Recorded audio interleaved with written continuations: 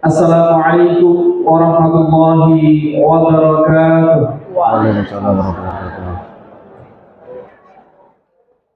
Alhamdulillah nahmaduhu wa nasta'inuhu wa nastaghfiruh wa na'udzu billahi min shururi anfusina wa min sayyiati a'malina may yahdihillahu fala mudilla lahu wa may yudlil fala hadiya lahu.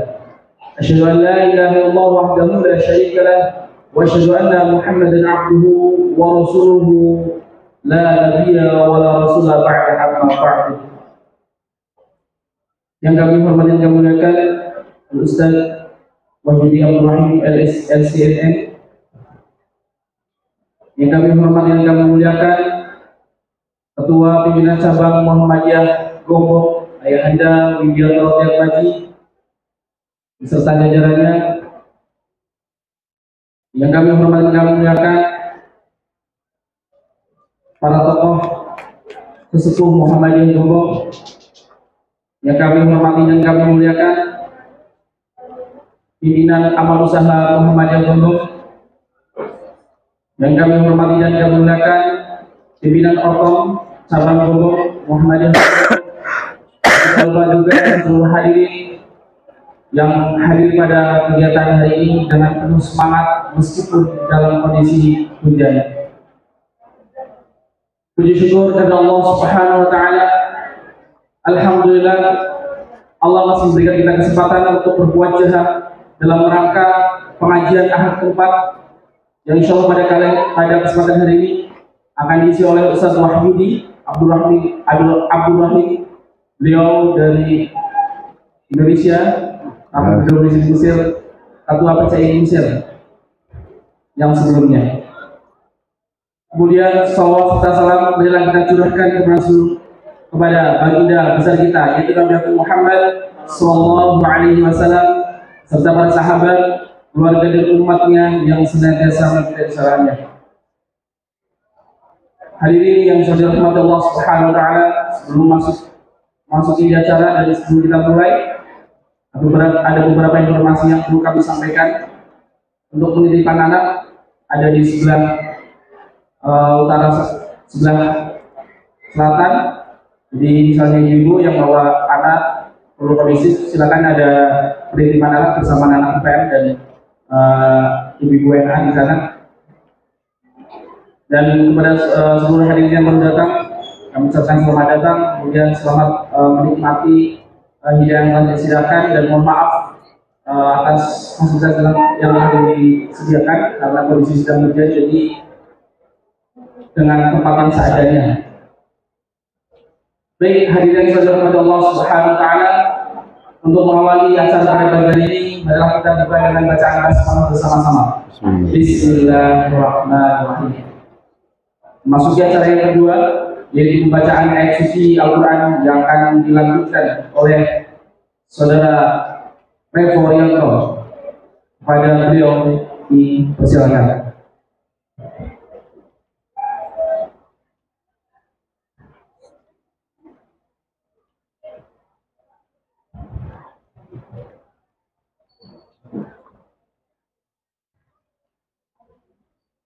Assalamualaikum warahmatullahi wabarakatuh.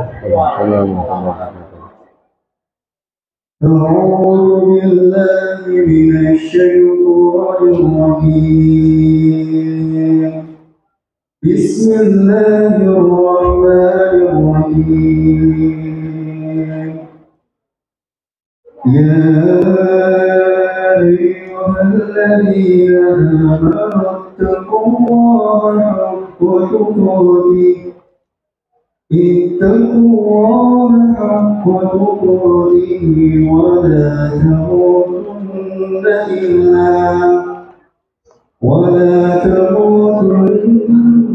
إلا وأنتم مسلمون واعتصموا بحبل الله جميعا ولا تفرقوا واذكروا نعمة الله عليكم إذ كنتم أعداء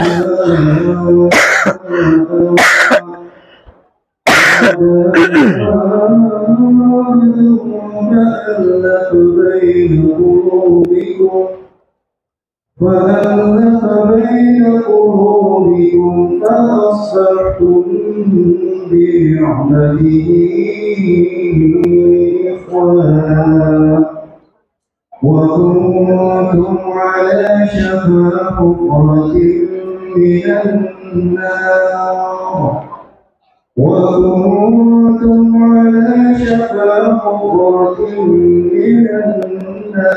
فأنقذكم منها كذلك يبين الله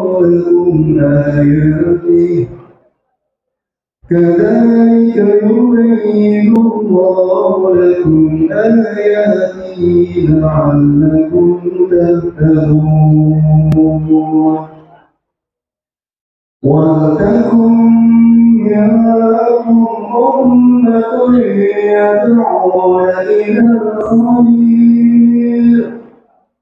يدعون إلى الخير ويأمرون بالمعروف وينهون عن المنكر وأولئك هم المفلحون ولا تكونوا كالذين تفرقوا واختلفوا من بعد ما جاءهم البينات وأولئك لهم عذاب عظيم صدق الله العظيم. Assalamualaikum warahmatullahi wabarakatuh.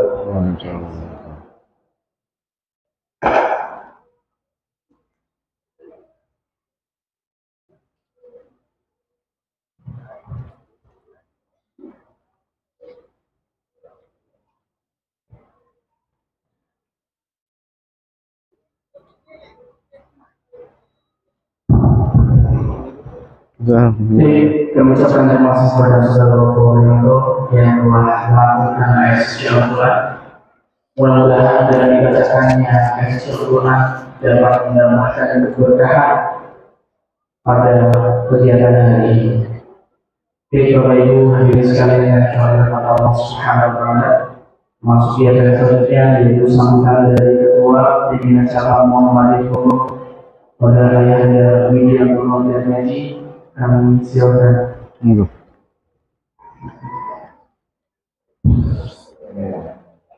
Assalamualaikum warahmatullahi wabarakatuh. Waalaikumsalam warahmatullahi wabarakatuh. Alhamdulillah, assalamualaikum warahmatullahi wabarakatuh. Beliau ala dini kulih wa kafabillahi masajida. Asyhadu an la ilaha illallah wahdahu la syarika lah wa asyhadu anna Muhammadan abduhu wa rasuluh. Allahumma sholli ala Muhammad wa ala ali Muhammad.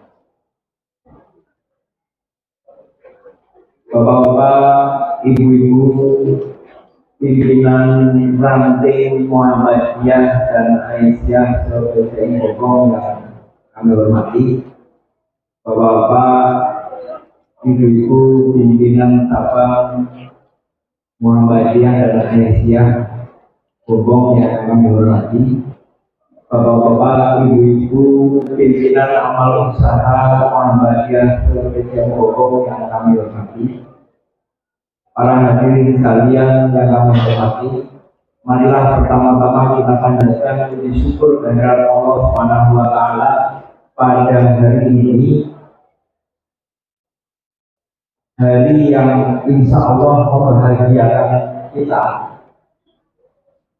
hari yang sangat istimewa. Di ahad keempat kita diuji oleh Allah dengan berkah. Apakah dengan berkah yang banyak ini kita menggerutu atau kita bahagia?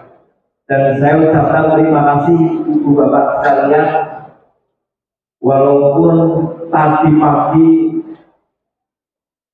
hawanya cukup dingin, kita sudah merasa pagi-pagi tadi hawa-hawa air akan turun itu sudah terasa. Tapi alhamdulillah ibu bapak, kita diringankan oleh Allah kaki kita untuk tetap melangkah di forum pengajian ini. Mudah-mudahan ini sebagai perwujudan rasa syukur kita kepada Allah, dan ini sebagai tanda bahwa keimanan kita kepada Allah itu sudah teruji atau makin teruji, karena Allah sudah menyatakan bahwa hujan ini adalah berkah, hujan ini adalah kehidupan. Tanpa hujan maka rizki akan menjadi berat, karena dengan hujan memberikan rizki kepada tanam-tanaman menjadi tumbuh, kemudian tanam-tanaman ini menjadi makanan bagi hewan-hewan pemakan tumbuhan, dan hewan-hewan pemakan hewan menjadi hidup karena hewan-hewan pemakan tumbuhan menjadi kupu-kupu. Dan kita manusia sebagai pemakan segala, maka kita lebih banyak mendapatkan berkah, baik dari tumbuhan maupun dari hewan yang kita konsumsi. Itulah berkah dan rezeki Allah yang diturunkan kepada kita melalui air hujan. Maka sangat tidak pantaslah manusia menggerutu atas turunnya hujan, dan berbahagialah kita hari ini kita diuji oleh Allah. Hari ini kita bisa membuktikan bahwa kita tetap berbahagia, kita tetap bergembira, bersilaturahmi bersama, menikmati berkah karunia Allah pada pagi hari ini, dan tetap semangat mengikuti kajian dakwah di pimpinan Cabang Muhammadiyah Lombok. Dan ibu bapak sekalian, saya kira itu yang saya sampaikan. Mohon maaf atas tutur kata yang kurang berkenan. Billahi taufiq haq. Wassalamualaikum khairan. Assalamualaikum warahmatullahi wabarakatuh.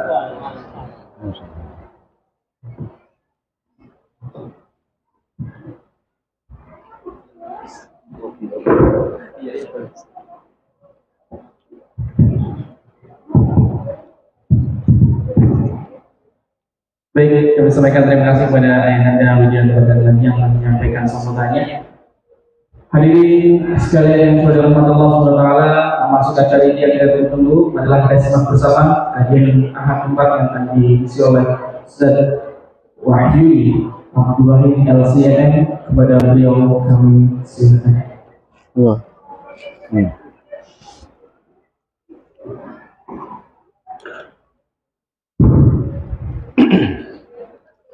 Bismillahirrahmanirrahim.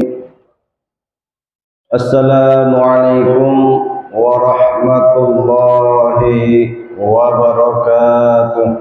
Waalaikumsalam. Alhamdulillahi rabbil alamin. Wassalatu wassalamu ala asyrafil anbiya'i wal mursalin. Sayyidina wa maulana Muhammadin wa ala alihi wa sahbihi ajma'in wa man tabi'ahum bi ihsanin ila yaumiddin. Amma ba'du. Yang kami hormati Bapak Ketua PCM Hongkong beserta jajarannya, jamaah sekalian yang berbahagia, puji syukur kehadirat Allah Subhanahu wa taala.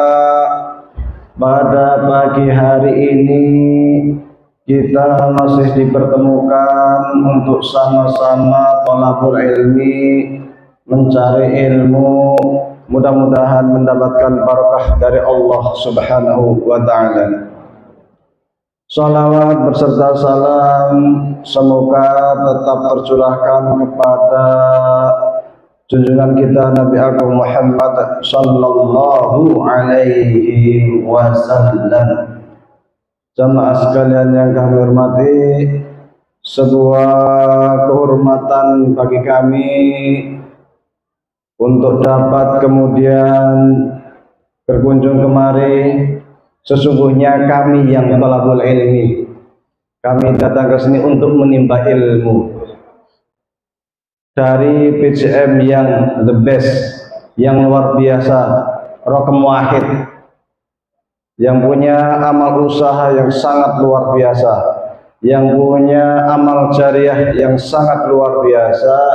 Insya Allah para pendahulu yang dari Gombong ini yang sudah meninggalkan kita, mereka tetap mendapatkan transfer pahala jariah. Amin. Maka kita doakan kepada para pendahulu kita, mudah-mudahan dilapangkan kuburannya, diluaskan kuburannya menjadi raudhatun min riyadil jannah. Amin. Mudah-mudahan juga yang para pejuang saat ini yang menjadi menyambung tali estafet para pejuang Muhammadiyah di Gombong ini diberikan istiqomah, dimudahkan segala urusan, dilapangkan rezekinya, diangkat derajatnya dunia akhirat. Amin ya rabbal alamin. Jamaah sekalian yang kami hormati, sebelumnya sekadar perkenalan, pada tanggal 5 Juli 2022, sekitar 6 bulan lalu, ya, belum 6 bulan ya, saya baru pendatang baru dari Mesir, karena saya belajar di sana cukup lama sampai lumutan. Ayo, 26 tahun, karena memang Mesir ini untuk ajang thalabul ilmi, menuntut ilmu sangat mengasihkan. Sampai tak terasa datang tahun 96, pulang tahun 2022. 3 tahun di Muallimin SMP, ngulang di sana SMP lagi, terus SMA, kuliah S1, S2, baru pulang kemarin. Mudah-mudahan bermanfaat ya, amin. Jadi di Mesir itu ulamanya banyak, para ahli agamanya banyak, sangat cocok untuk kemudian dijadikan sebagai kiblat ilmu. Di sini ada MBS, ada pesantren Muhammadiyah. Mudah-mudahan banyak dari mereka yang kemudian melanjutkan studinya ke Mesir. Di sana sudah ada PCIM pertama di dunia tahun 2022. Sebelumnya sudah ada Muhammadiyah, namanya IKM, Ikatan Keluarga Muhammadiyah. Kemudian tahun 2002 mendirikan pimpinan cabang istimewa. Nah, istimewanya apa? Satu, di luar negeri. Keduanya, kalau atasnya PCM itu kan PDM ya, atasnya PDM PWM, atasnya PWM baru PP. Kalau PCM atasnya PCM langsung PP, tanpa lewat PDM, tanpa lewat PWM. Makanya istimewa, istimewa orangnya, istimewa strukturnya. Jadi luar negeri. Maka mudah-mudahanlah yang dari pesantren yang di sini bisa berbondong-bondong ke Mesir untuk melanjutkan studi, belajar, memperdalam agama, memperdalam kitab kuning di Al-Azhar, supaya pulang menambal kekurangan Muhammadiyah, terutama dari sisi krisis ulama dan krisis dai. Karena yang bisa baca kitab kuning di Muhammadiyah itu sedikit, padahal ulamanya harus bisa baca kitab kuning. Kalau nggak baca kitab kuning namanya bukan ulama. Nah, ini peluang bagi para santri di Gombong. Saya sendiri pulang juga berusaha untuk merintis kecil-kecilan pesantren, baru mulai, baru setahun 7 bulan ya, di Temanggung, yang memang konsentrasinya ngaji kitab kuning. Maka ujian SMP formalnya, SMP SMA-nya pakai PKBM. Karena tiap hari ngajinya kitab. Nah, ngomongnya bahasa Arab biar fokus. Masih sederhana, masih rumah yang kita buat pondok. Nah, masih menerima seluas-luasnya siapa yang hendak berwakaf, berkontribusi. Nah, juga ikut beberapa kegiatan, biasanya kalau ahad pagi ngaji-ngaji seperti ini, alhamdulillah. Beberapa waktu lalu saya sempat nanya kepada Ustadz Heri yang menghubungi saya, kira-kira temanya apa? Mintanya temanya tentang penguatan ideologi Muhammadiyah. Di sini kira-kira nih ya, kira-kira ada nggak yang tidak punya himpunan putusan tarjih? Kira-kira ini. Kira-kira ada nggak yang nggak punya buku seperti ini? Atau jangan-jangan ada yang belum lihat buku seperti ini? Nek sing jenengane wong Muhammad ya kudu duwe. Iki regane mung 28.000. Wis pokoke rokok sak bungkus lah. Nek sing rokok. Ya, jadi murah sekali hanya 28.000. Judulnya apa? Himpunan Putusan Tarjih. Yang buku ini yang bagian ketuhanan saya coba syarah menjadi Ahlul Haq wa Sunnah, syarah himpunan Putusan Tarjih Muhammadiyah bab iman. Bagian ketuhanan ada 3 jilid. Oh, 3 jilid. Bagian Tuhan kok ngomong tentang Tuhan 3 jilid. Saya syarah. Ada yang nanya, emang HPT kurang lengkap kok disyarah? Oh, bukan kurang lengkap. Jadi syarah-syarah itu fungsinya untuk mendetailkan sesuatu yang sifatnya global, untuk mencari rujukan yang belum ada rujukan. Karena di himpunan Putusan Tarjih Muhammadiyah yang jilid 1, kalau dicari footnote-nya nggak ada, sumber rujukannya nggak ada, nggak mungkin para ulama kita datang dengan tiba-tiba, pasti berasal dari kitab-kitab tertentu. Maka kita cari dari kitab apa saja, maka perlu disyarah. Waktu itu kita sempat konsultasi juga dengan Buya Yunahar. Kata Buya Yunahar, ya silahkan saja jika hendak disyarah, sangat bagus. Maka kita kemudian semangat untuk melakukan syarah HPT. Ini buku syarah HPT ini satu-satunya yang ada. Sebelumnya belum ada. Syarah Himpunan Putusan Tarjih Muhammadiyah. Kita tengok ke belakang. Ketika kita melihat Kiai Haji Ahmad Dahlan dulu belajar, semangat belajarnya juga sangat luar biasa. Kiai Ahmad Dahlan itu belajarnya juga keliling, merantau kemana-mana, karena orang menuntut ilmu itu sangat mulia dunia dan akhirat. Yarfa'illahu alladhina amanu minkum walladhina utul ilma darajat. Allah itu akan mengangkat orang-orang yang beriman dan berilmu. Berapa? Berderajat-derajat, darajat, berderajat derajat. Padahal jarak 1 derajat dengan derajat kedua itu ibarat dari bumi ke langit, dhuwure ora umum, tinggi sekali. Dan ini bukan hanya 1 derajat, darajat. Maka ulama kita termasuk Kiai Haji Ahmad Dahlan juga sangat semangat untuk thalabul ilmi, mencari ilmu, karena menyadari bahwasanya thalabul ilmi itu faridah, sebuah kewajiban. Bahkan manusia itu dimuliakan oleh Allah dengan sujudnya para malaikat, bahkan dengan sujudnya iblis. Waktu itu iblis masih soleh, tapi suruh sujud gelem. Diperintahkan untuk sujud kepada Nabi Adam, tapi tidak mau si iblis.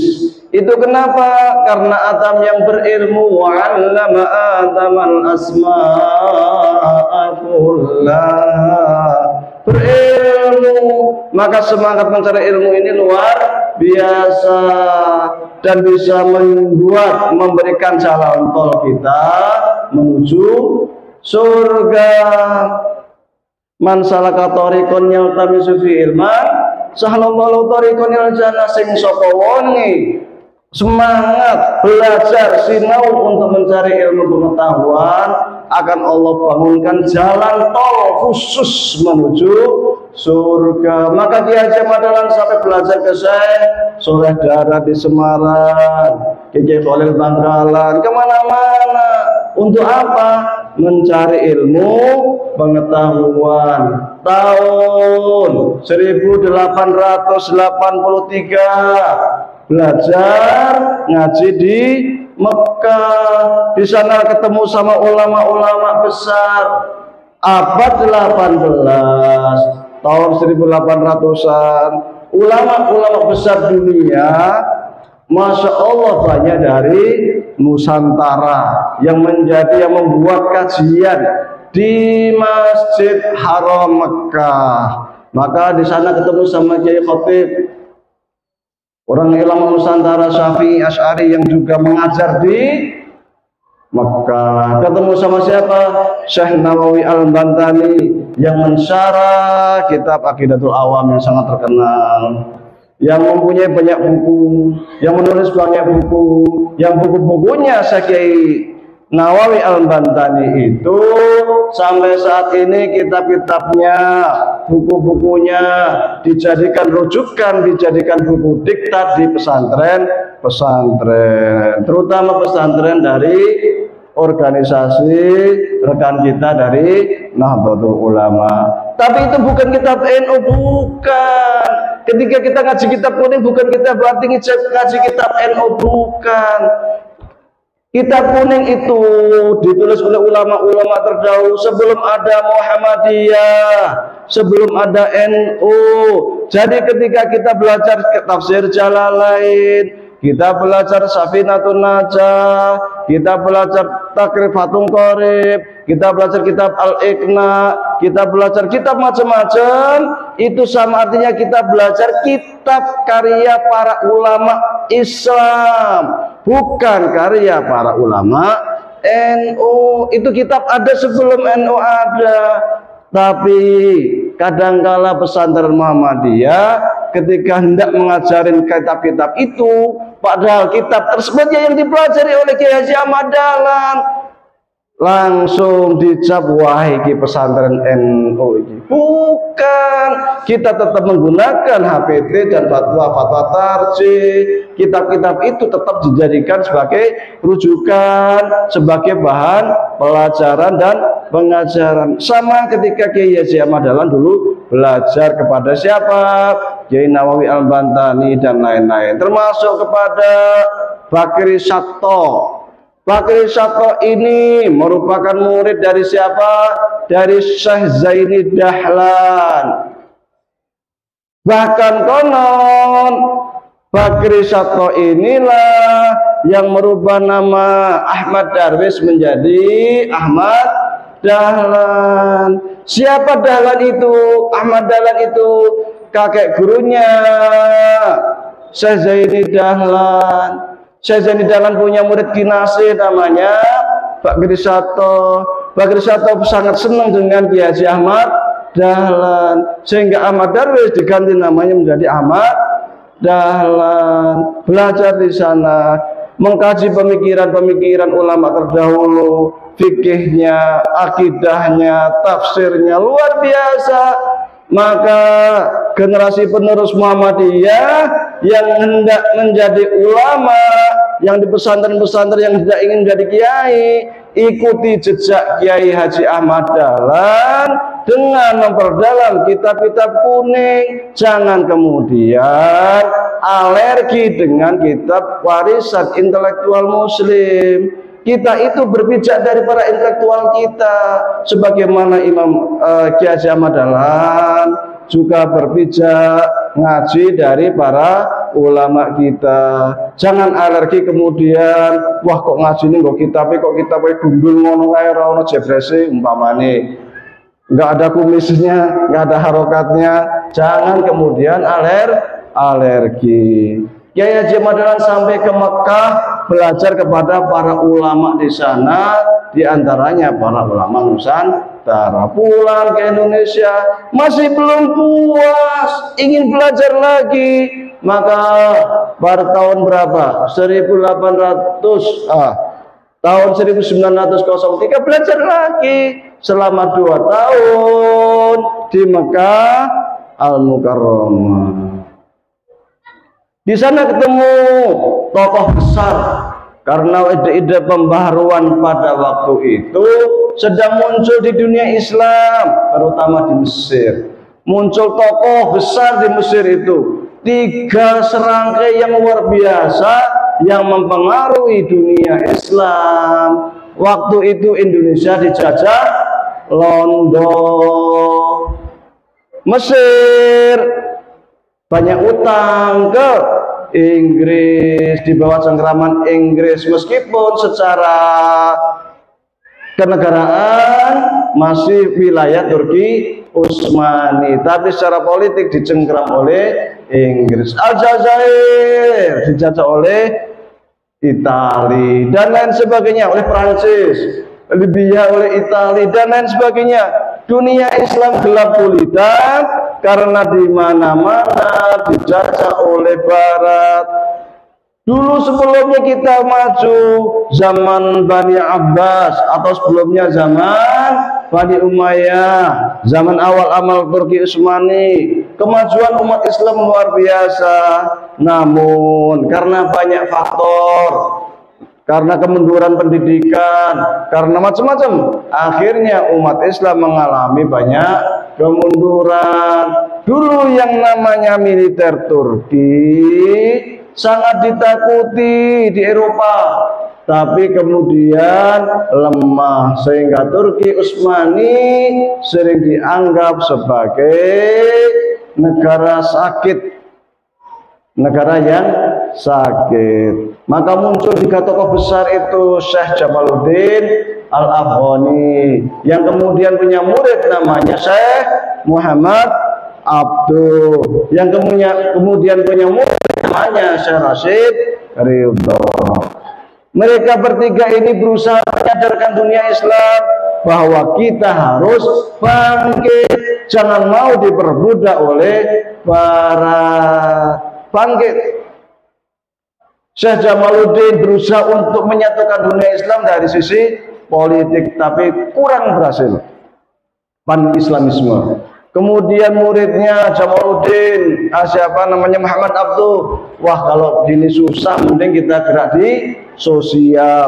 Akhirnya di Mesir, Muhammad Abduh mendirikan gerakan-gerakan sosial, pendidikan, universitas, rumah sakit. Yang itu juga dilanjutkan oleh Syekh Rashid Ridho. Membuat majalah Urwatul Wuthqa, menyebarkan tafsir Al-Ma'arij dan lain sebagainya, yang mana majalah-majalah itu tersebar di Mekah, termasuk dibaca oleh pendiri Muhammadiyah, yaitu Kiai Haji Ahmad Dahlan. Baca pemikirannya yang luar biasa, kita harus bangkit. Kiai Haji Ahmad Dahlan mikir di Mekah, wah Indonesia ki, wong Indonesia ki, wong pribumi ini jadi budak karo wong Londo, ora maju. Paling kalau sekolah kalau ongko loro, nggak bisa sekolah, nggak bisa berpendidikan. Apalagi kok sampai punya rumah sakit, apalagi sampai punya lembaga pendidikan tinggi, ora ono.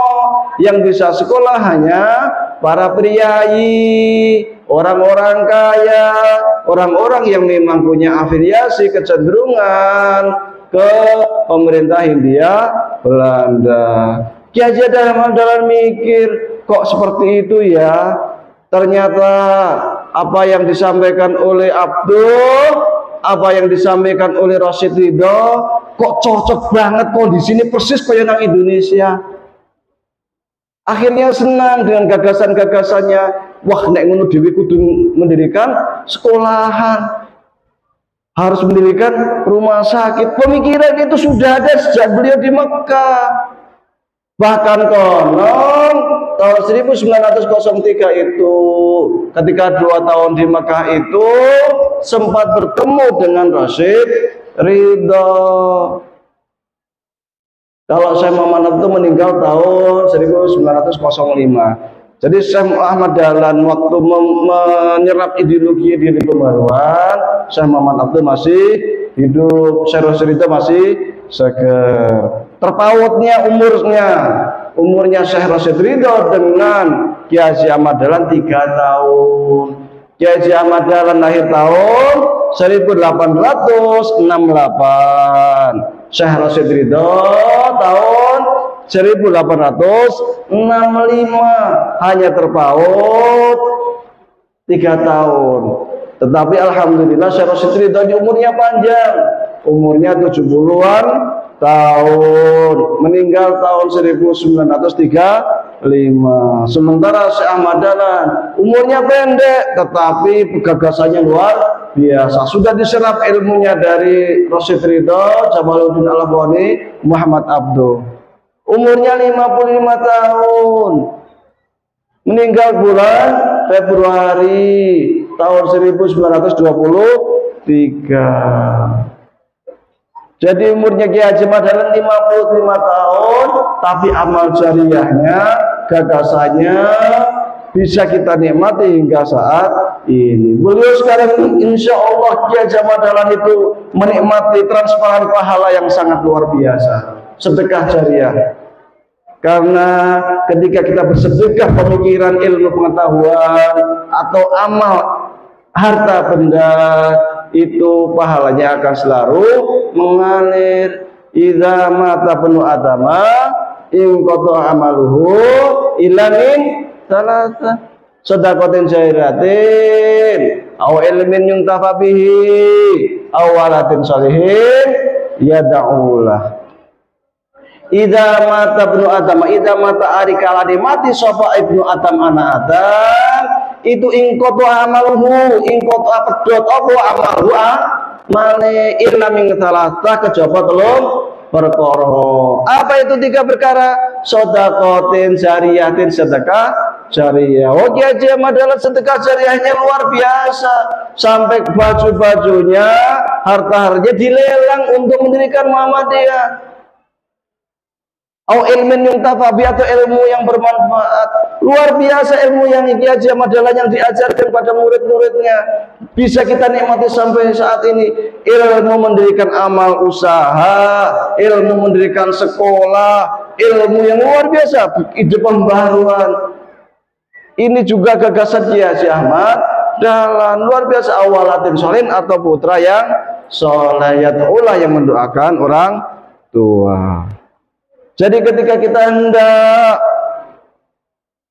menguatkan ideologi Muhammadiyah, kita lihat sejarah Kiai Haji Ahmad Dahlan, bagaimana beliau, semangat beliau untuk menimba ilmu pengetahuan. Kitab kuning beliau lahap, beliau pelajari dalam-dalam, ilmu alatnya kuasai sangat luar biasa, ilmu fikih akidahnya dikuasai luar biasa, tetapi juga tidak alergi dengan ide-ide modern, ide-ide pembaharuan. Maka ketika pulang ke tanah air tahun 1908, tidak alergi untuk kemudian bergabung ke organisasi Budi Utomo.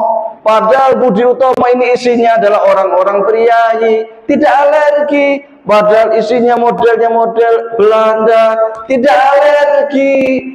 Justru dari sana Kiai Haji jadi belajar. Oh, kok yang ini tuh tata cara ngatur organisasi. Oh, ini tuh Belanda gini. Sekolah modern ki model koyo ngene. Jadi tahu. Bahkan Budi Utomo sendiri yang menyarankan Kiai Haji Ahmad Dahlan, apike jenengan Kiai gawe organisasi dhewe daripada gabung di Budi Utomo, lebih modern, lebih progresif. Maka kemudian tahun 1912 didirikanlah Muhammadiyah. Mendirikan Muhammadiyah tidak mudah, karena kita ketika membawa ide-ide baru, membawa gagasan-gagasan baru, akan selalu mendapatkan pertentangan dari masyarakat yang sudah terbiasa dengan tradisi lama. Kalau dilihat dari fikih, Kiai Haji Ahmad Dahlan itu masih kental dengan Syafi'inya. Lu kok bisa? Ya bisa, karena saya sholat darat, ataupun Syekh Khatib atau Syekh Nawawi Al-Bantani ataupun Syekh Bakri Syato, semua mazhabnya Syafi'i. Kalau dilihat dari akidahnya juga Ahlus Sunnah wal Jamaah, khususnya Asy'ariyah. Karena guru-gurunya, apalagi Syekh Sholeh Darat mensyarah kitab Jauharatut Tauhid yang merupakan kitab tauhid Asy'ari yang sangat ternama dengan syarah bahasa Jawa yang sangat apik sekali, sangat bagus. Sampai sekarang buku itu masih dijual di Shopee banyak, berbahasa Jawa. Kok bisa jadi ada Ahmadalan Asy'ari? Ya karena guru-gurunya Asy'ari. Lho ini kok orang tahlilan, lho ini kalau sholat kok orang no zikir bareng, lho nek azan kok pisan. Perlu dibedakan bahwa mazhab Syafi'i pun sesungguhnya kita di Mesir terbiasa dengan berbagai mazhab. Saya pernah ke Saudi juga 4 kali, terbiasa dengan berbagai mazhab. Asli nih di mazhab Syafi'i juga tidak ada zikir bareng ba'da sholat. Asli ini ngeten niku. Yo ora ono ta dilan 10 hari sampai piro? 7 hari, 10 hari enggak ada ya? Mboten enten ekspresi nang nggih. 3 hari, 7 hari, 40, 1, 1000, berang ewu. Enggak ada. Itu merupakan tradisi Nusantara. Sehingga andai pun beliau menggunakan fikih Syafi'i, andai pun itu tetap berbeda dengan tradisi Nusantara karena berusaha atau mengamalkan fikih Syafi'i yang ada di kitab kuning yang beliau pelajari dengan sedikit mengakomodir tradisi ulama Nusantara. Apalagi beliau selain juga mempelajari akidah Asy'ariyah, tetapi juga membaca buku-buku karya Syekh Ibnu Taimiyah. Luar biasa, sangat terbuka beliau itu, sangat terbuka, termasuk menggunakan hisab. Syafi'i juga hisab sebagian mazhab Syafi'i. Bahkan Imam Subki mengatakan sekiranya hisab lebih kuat dari ru'yah, didahulukan hisab. Itu dari kalangan mazhab Syafi'i. Maka di pesantren-pesantren NU itu biasa diajarkan di pesantren terkait hisab meskipun mereka menggunakan ru'yah. Maka kemudian ketika pada tahun 1927 muncul gagasan dari Kiai Haji Mas Mansur untuk mendirikan majelis tarjih. Gagasan ini diterima luar biasa oleh Muhammadiyah dan bukan menyalahi Muhammadiyah. Banyak orang yang mengatakan bahwa Kiai Haji Mas Mansur ini yang merusak ideologinya Muhammadiyah dengan adanya majelis tarjih. Karena akhirnya Muhammadiyah ikut tarjih, bukan ikut Syafi'i. Oh enggak, justru ini beliau mengambil gagasan Kiai Haji Ahmad Dahlan, ide-ide pembaharuan Kiai Haji Ahmad Dahlan. Bon pinten menit nih, saya takut kelamaan nggak bawa jam. Katanya jam 8 sudah selesai. Nanti kalau kepanjangan tolong di stop nggih. Jadi ada 2 faktor konon pendirian majelis tarjih itu.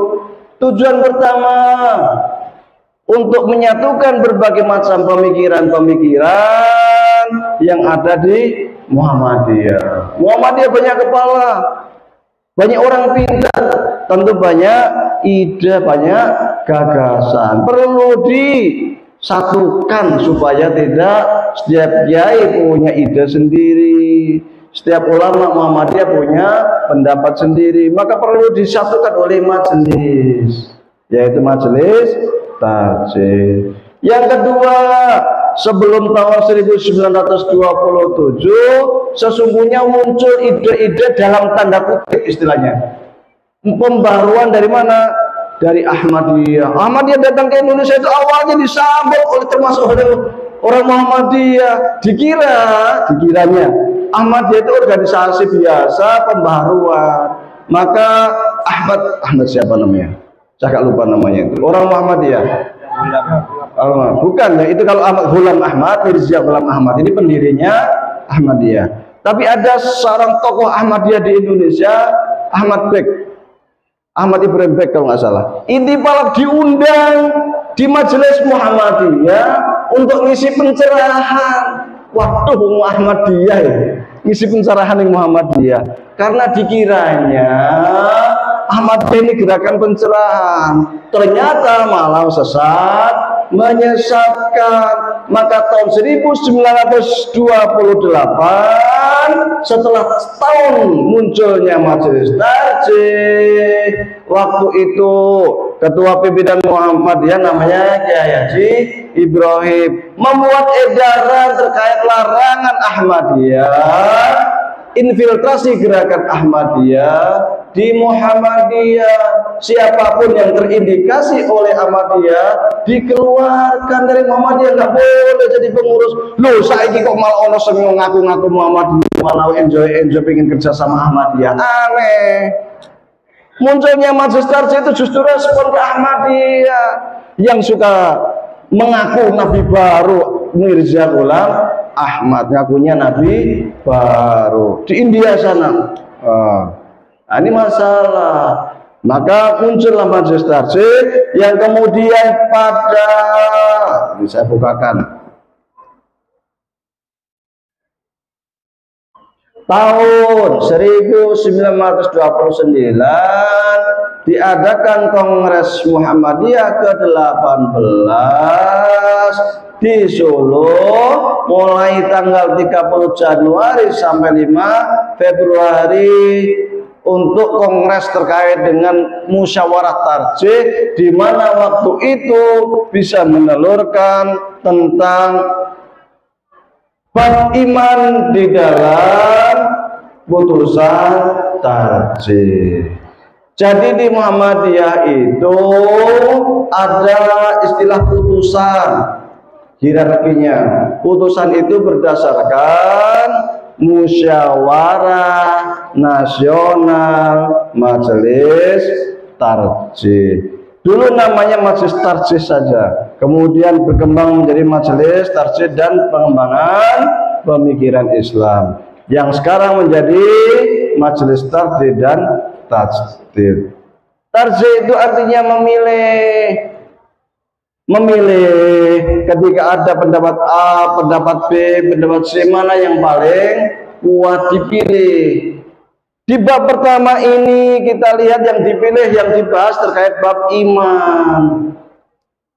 Kalau kita lihat terkait dengan keimanan di dalam sejarah Islam, itu banyak kelompok-kelompok Islam. Ada yang namanya Syiah, sekarang masih ada Syiah.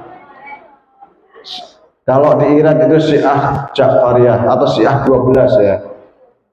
Di Yaman ada Syiah Zaidiyah. Di Iran, di mana di Pakistan ada Syiah Ismailiyah. Ada kelompok Syiah. Syiah itu macam-macam. Ada yang sampai mengatakan Allah itu salah memberikan wahyu mestinya kepada Sayyidina Ali, keliru ngasih ke Nabi Muhammad. Itu yang hulu. Tapi ada Syiah yang moderat. Syiah moderat itu tetap Muslim tapi sesat. Ada Syiah Rafidhah yang menolak khilafah Abu Bakar dan Umar. Bahkan Syiah Rafidhah sebagian dari mereka sampai suka menghina, mencaci maki Ibunda Aisyah. Padahal Aisyah ini Ummahatul Mukminin yang harusnya selalu diagungkan. Wong beliau meriwayatkan hampir lebih dari 2000 hadis Nabi, luar biasa. Termasuk sahabat yang banyak beriwayat hadis ya Bunda Aisyah. Tapi oleh sebagian Syiah dicaci maki. Ada kelompok namanya Khawarij yang dikit-dikit kafir, dikit-dikit bid'ah. Dulu sampai terjadi berkali-kali pertempuran, peperangan, karena mereka dengan kelompok lain yang berbeda. Wah sesat, wah kon kafir, wah kon macam-macam. Handilalai kok sekarang ono meneh paham Khawarij sing radikal kaya ngono kuwi. kelompok-kelompok yang wah dikit-dikit sesat, wah bid'ah. Kok ya ono sekarang banyak pengikutnya. Kalau di Indonesia mungkin tak terlalu terasa karena hanya pakai mulut sesat menyesatkannya itu, tapi ya di hati juga bikin nyesek juga. Kalau di Timur Tengah, wah sesat kok tembak. Parah. Perang di Suriah berapa korbannya, ribuan jutaan. Di Irak yang belum lama ini ISIS. Kemudian di Mesir Utara itu ada Ansarul Baitul Maqdis. Macam-macam gerakan Islam radikal yang di Timur Tengah. Ada Jamaah Islamiyah yang didirikan oleh Ayman Adz-Dzawahiri di Mesir, yang kemudian gerakannya berkembang sampai kemana-mana, termasuk Indonesia Yang mengatakan pemerintah toghut Pancasila, toghut pemerintahnya kafir, demokrasi, toghut. Oh no, di Indonesia juga ada anti Pancasila, nggak mau hormat bendera karena dianggap musyrik dan lain sebagainya. Maulid Nabi juga bid'ah, syirik dan lain sebagainya. Ziarah kubur syirik, kabeh musyrik, kabeh bid'ah ke piye? Ada. Kalau di sana di Timur Tengah sampai bom-boman, termasuk yang menjadi korbannya adalah Asyahid Ramadan Al-Buti, salah seorang ulama ahli sunnah yang sangat luar biasa. Sedang ngajar di masjid, tiba-tiba masjidnya dibom karena dianggap Syekh Ramadan Al-Buti ahlu sunnah Asy'ariyah sesat. Makanya kemudian masjidnya dibom, yang waktu itu beliau sedang ngajar. Ada kelompok seperti itu, ada Mu'tazilah, kalau sekarang sudah nggak ada Murji'ah dan lain sebagainya, ada Karamitah dan lain sebagainya. Banyak sekali kelompok-kelompok. Sekarang kita Muhammadiyah itu apa? Maka Muhammadiyah harus memilih, karena akidah ini termasuk persoalan yang esensial, termasuk persoalan yang sangat penting. Maka perlulah rapat kongres untuk memilih mentarjih terkait dengan hal yang menurut kita paling kuat, paling benar. Kalau terkait akidah, di dalam HPT bab iman di belakang dikatakan sesiapa yang tidak mengikuti kelompok ini, maksudnya kelompok yang ada di HPT, maka ia sesat. Berarti Syiah sesat, berarti Khawarij sesat, berarti Murji'ah sesat. Wangku saya dianggap goroh, saya tak buat wacake menora dianggap ngapusi. Faman i'taqada jami'a dzalika mubinun bihi kana min ahlil haqqi was sunnati wa faraqa ahlal bid'ati wad dhalali. Sing sapa wae yakin terhadap berbagai macam hal-hal di atas, konsep-konsep yang sudah dirojihkan, dikuatkan oleh majelis tarjih, maka dia termasuk golongan ahlul haq wa sunnah, dan berbeda dengan kelompok ahli bid'ah dan kelompok yang sesat. Pada kongres itu memutuskan kalau Muhammadiyah ikut paham ahlul haqqi wa sunnah, HPT bab iman halaman 22. Apa itu ahlul haq wa sunnah? Ahlul haq wa sunnah merupakan istilah yang digunakan oleh Imam Asy'ari di dalam kitabnya Al-Ibanah fi Ushulid Diyanah. Ada di bab-bab awal, kalau nggak salah itu bab 2. Tapi beliau Imam Asy'ari juga punya buku judulnya Ushul Ahli Sunnah wal Jamaah, prinsip Ahli Sunnah wal Jamaah. HPT yang dulu sebelum tahun 63 kalau tak salah itu menggunakan istilah Ahlu Sunnah wal Jamaah dan Ahlul Haq wa Sunnah, dua-duanya digunakan. Tetapi di yang sekarang ini hanya digunakan istilah Ahlul Haq wa Sunnah. Jika kita lihat konsep-konsep Ahlul Haq wa Sunnah sesuai yang dikuatkan, ditarjihkan, dipilih oleh Muhammadiyah, maka sangat terang benderang di sana bahwa akidah Muhammadiyah itu memang Ahlus Sunnah wal Jamaah.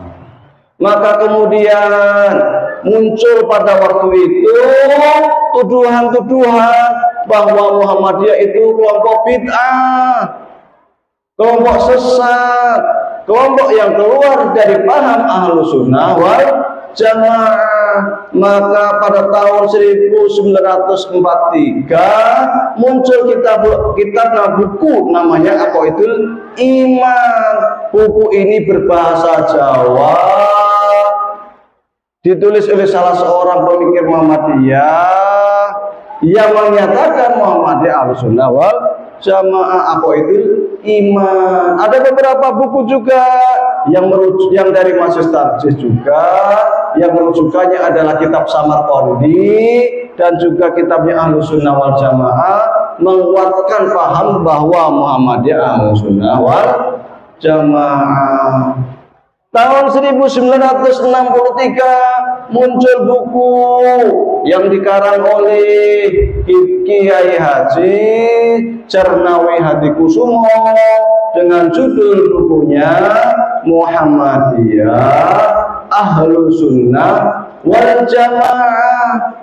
Nek singkatannya yo aswaja gitu. Jadi sebenarnya kita nggak perlu alergi dengan istilah Ahlus Sunnah wal Jamaah karena HPT menguatkan paham ini. Paham Ahlus Sunnah itu bagaimana? Tak mencaci sahabat, menganggap sahabat itu udul. Para sahabat itu semuanya dapat dipercaya. Ahlus Sunnah menganggap alam raya sifatnya ciptaan. Ahlus Sunnah beranggapan bahwa untuk urusan akidah menggunakan hadis mutawatir dan lain sebagainya, semua tercantum di dalam HPT Muhammadiyah bab iman. Jadi sesungguhnya akidah Muhammadiyah itu tak berbeda dengan akidah para ulama Ahlus Sunnah wal Jamaah yang telah lalu. Sehingga ketika kita mempelajari kitab-kitab Ahlus Sunnah, Aqidatul Awam, Qaidah Bahiyah, Al-Iqtisad fil I'tiqad dan lain sebagainya, itu bukan dalam tanda kutip, bukan kitab terlarang. Karena Kiai Haji Ahmad Dahlan juga belajar itu. Kalau Kiai Haji Ahmad Dahlan ngaji sama Syekh Saleh Darat, otomatis akan belajar kitab Qaidah Bahiyah, kitab Jawhar Tauhid yang oleh Syekh Saleh Darat disyarah dengan syarah yang sangat bagus, dengan keterangan dan komentar yang sangat bagus, bertuliskan Jawa Pekon, tulisan Arab Jawa. Itu kanteran pilihan. Jadi secara akidah Muhammadiyah adalah Ahlus Sunnah wal Jamaah. Kalau secara fikih bagaimana?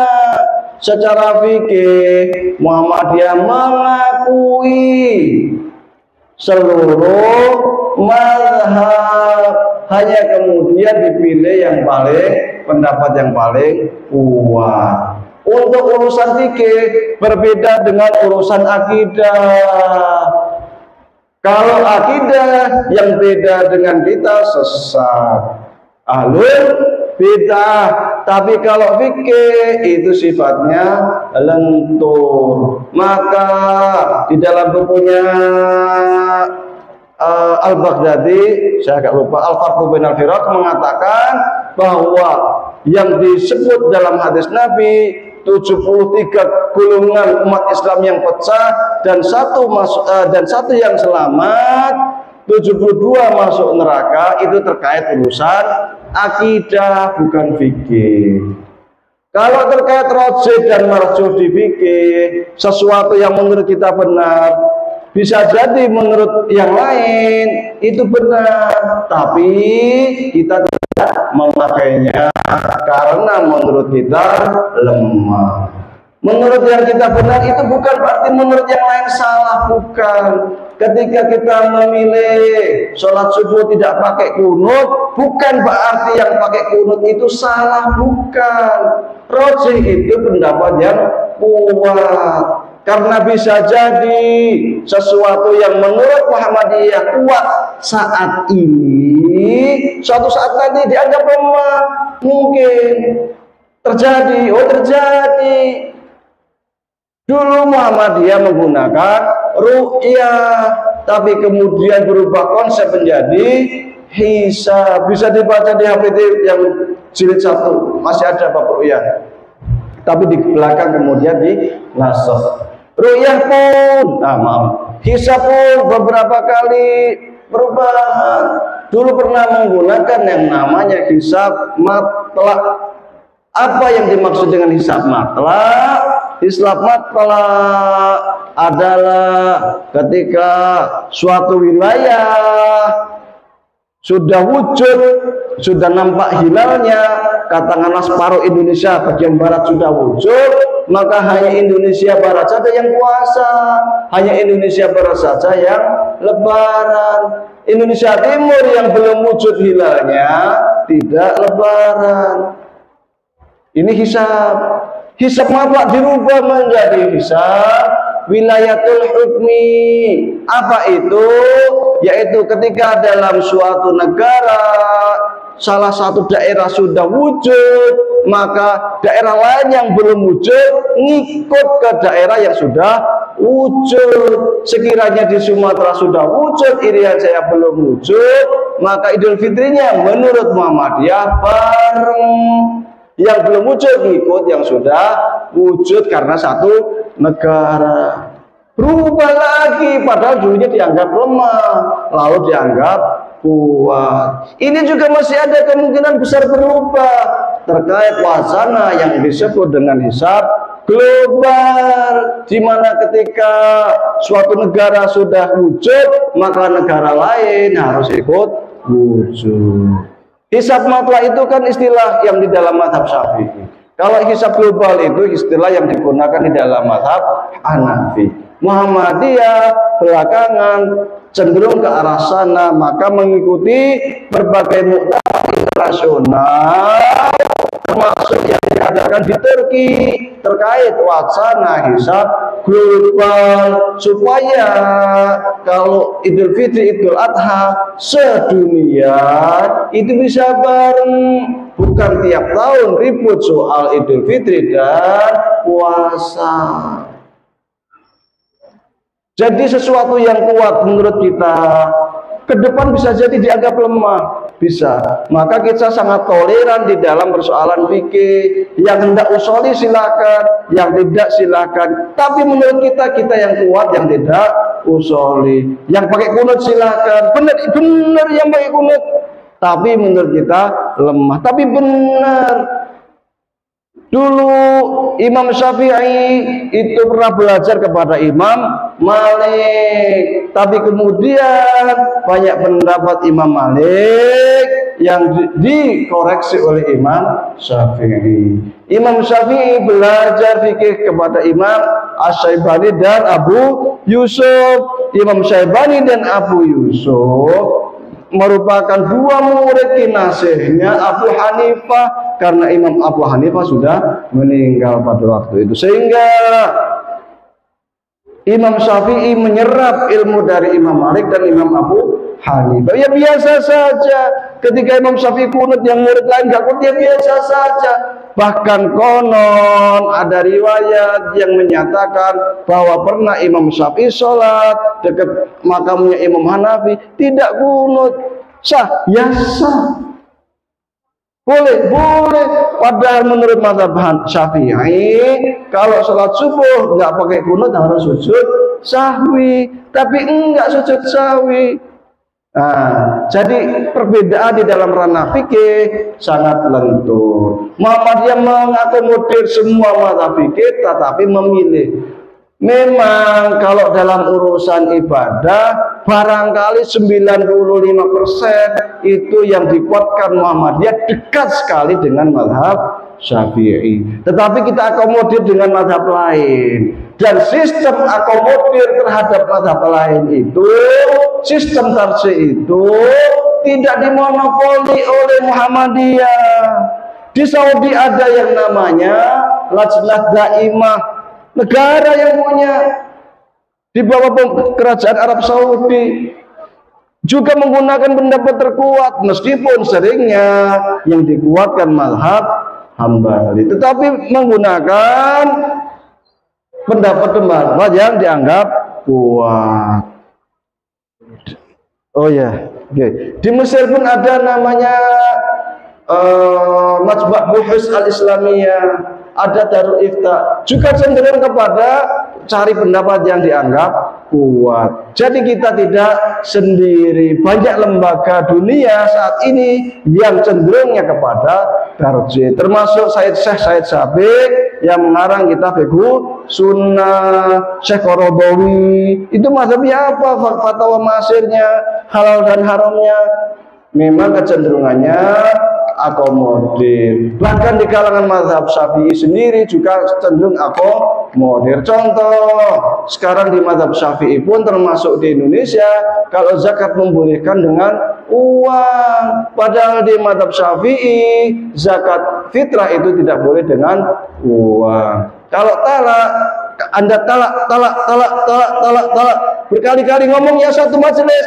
Kalau mazhab Syafi'i itu sudah talak 3 aslinya, tapi di Indonesia enggak, dianggap satu talak. Padahal itu mazhabnya Ja'fari, Syiah, Ja'fariyah, dan lain-lain, masih banyak. Jadi sifat akomodir itu sudah umum, bahkan di kalangan mazhab Syafi'i sendiri. Maka mulai muncul istilah fikih manhaji. Baik, mohon maaf terlalu panjang. Sekiranya hendak tanya jawab dipersilahkan, sekiranya hendak ditutup juga dipersilahkan. Kurang dan lebihnya mohon maaf. Assalamualaikum warahmatullahi wabarakatuh.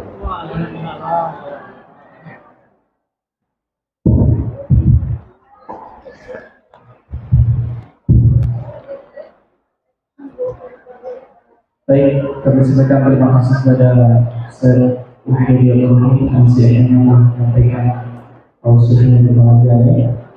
Baik, Bapak Ibu hadirin sekalian yang Allah SWT, sebelum materi yang berikut ada beberapa informasi yang kami sampaikan untuk seluruh guru dan karyawan Amal Usaha Pendidikan Muhammadiyah untuk tidak meninggalkan acara ini.